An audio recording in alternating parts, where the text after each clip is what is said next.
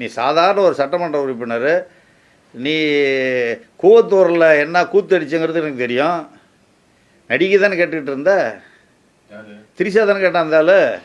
வெங்கடாயெல்லாம் எனக்கு திரிஷா தான் வேணும், ஒத்த காலம் ஐயோ எனக்கு திரிஷா தான் வேணும்னு கேட்டுக்கிட்டு இருந்தான். நான் கூவத்தில் இருந்தாலும் பார்க்க போனேன்.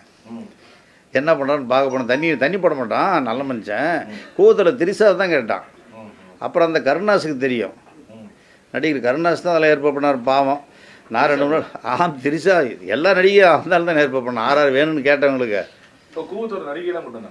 எல்லா நடிகையும் இருந்தாங்க, அதெல்லாம் வந்து சொல்ல முடியாதுல்ல, நிறையா இருக்குது. அவனுக்கு தேவையானதை பூர்த்தி பண்ணாங்க. பாவம், கணக்கு வழக்கெல்லாம் கிடையாது எதுவுமே. ஆனால் எங்கள் அண்ணன் வெங்கடாஜாவில் வந்து திரிஷா கேட்டார். பாவம், எனக்கு சின்ன பிள்ளையாக தான் வேணும்னு ஒட்டாரம் பிடிச்சார். ஏங்க அப்படின்னு நான் கேட்டேன். ஆனால் பேசாருன்னா வாழ்க்கையில் இது ஒன்று தான் அனுபவிக்கிறோம். அவளுக்கு 25 லட்சம் கொடுத்து கூப்பிட்டு வந்தாங்க. திரிஷா நானாக கிட்ட இருக்கணும், நான் தான் போந்து வந்துட்டு பண்ணாங்க. எங்களுக்கு என்ன வேலை, அங்கே உள்ளே வைக்கிறாங்க. ஏதோ 2 சோறு போட்டால் கறி திரும்பிட்டு வந்துட்டான். என்ன ஆதாரங்குது? ஒரு பொம்பளை கிட்ட போகிறத வந்து நான் பார்த்துட்டே இருக்க முடியும். ஏங்க நீங்கள் வந்து உதாரணத்துக்கு சிவி சண்முகத்தையே பார்த்துருப்பீங்களா, என்ன டான்ஸ் ஆடினாரு. ஒவ்வொரு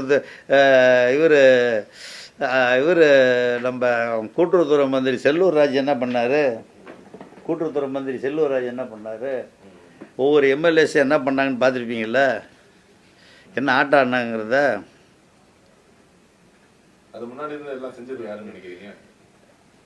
செஞ்சது எங்கள் அண்ணன் எடப்பாடி பழனிசாமி தான் பணம் கொடுத்துருப்பாரு. யார் கொடுக்க போகிறாங்க? பணம் செலவு பண்ணணும்ல, ஆள் வேணும்ல.